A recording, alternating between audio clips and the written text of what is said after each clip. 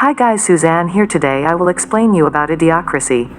It is a 2006 American science fiction comedy film. In 2005, U.S. Army librarian Corporal Joe Bauers is selected for a suspended animation experiment as the most average individual in the entire armed forces. Lacking a suitable female candidate, the military hires a prostitute named Rita by bribing her pimp Upgrade.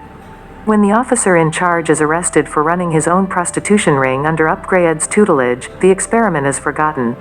Over the next 5 centuries, societal expectations lead the most intelligent humans to choose not to have children while the least intelligent reproduce indiscriminately, creating increasingly dumber generations. In 2505, Joe and Rita's suspension chambers are unearthed by the collapse of a mountain-sized garbage pile, with Joe's chamber crashing into the apartment of Frito Pendejo. Wandering around what was once Washington, D.C., Joe finds a population that has become profoundly anti-intellectual, speaking only low registers of English and wallowing in overconsumption and crass popular entertainment. Technology is still advanced but often malfunctioning, driven by garish commercialism or extreme simplicity, such as healthcare workers handling computer equipment akin to elementary education software. Believing that he is hallucinating after a year of hibernation, Joe enters a hospital and realizes the truth. Arrested for not having a barcode tattoo to pay for his doctor's appointment, he is sent to prison after being assigned the grossly incompetent Pendejo as his lawyer. Rita also leaves her chamber, resuming work as a prostitute, but soon realizes that people have become so stupid that she can charge customers money without actual services. Joe is renamed, not sure, by a faulty speech recognition tattooing machine and takes a rudimentary IQ test. The police take Joe to jail. While in line to be admitted, Joe tricks a guard by claiming that he is meant to be released and runs out the door, successfully escaping prison. He finds Frito, who reveals that a time machine exists to return him to 2005, and Joe bribes him with promises of riches through compound interest on a bank account he will open for Frito in the 21st century.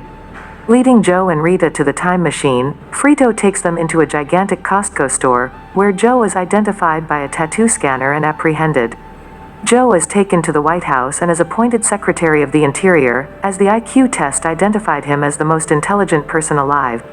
President Camacho introduces Joe to the cabinet and gives him the impossible job of fixing the nationwide food shortages, dust bowls, and crippled economy within a week. Joe discovers that the nation's crops are irrigated with Brondo, a thirst mutilator, whose parent corporation owns the FDA, FCC, and USDA. When Joe has the irrigation system replaced with water, Brondo's stock plummets, causing massive layoffs and riots, without any visible agricultural improvement. Joe is sentenced to die in a monster truck demolition derby featuring undefeated rehabilitation officer, Beef Supreme.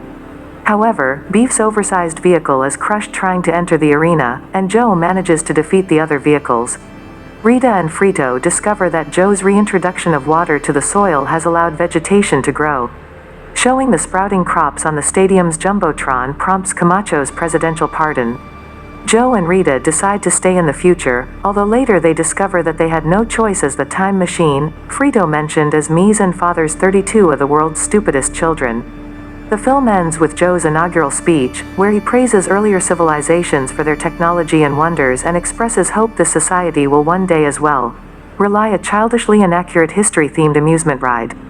Following Camacho's term, Joe is elected president and marries Rita. They conceive the world's 3 smartest children, while new Vice President Frito takes 8 wives.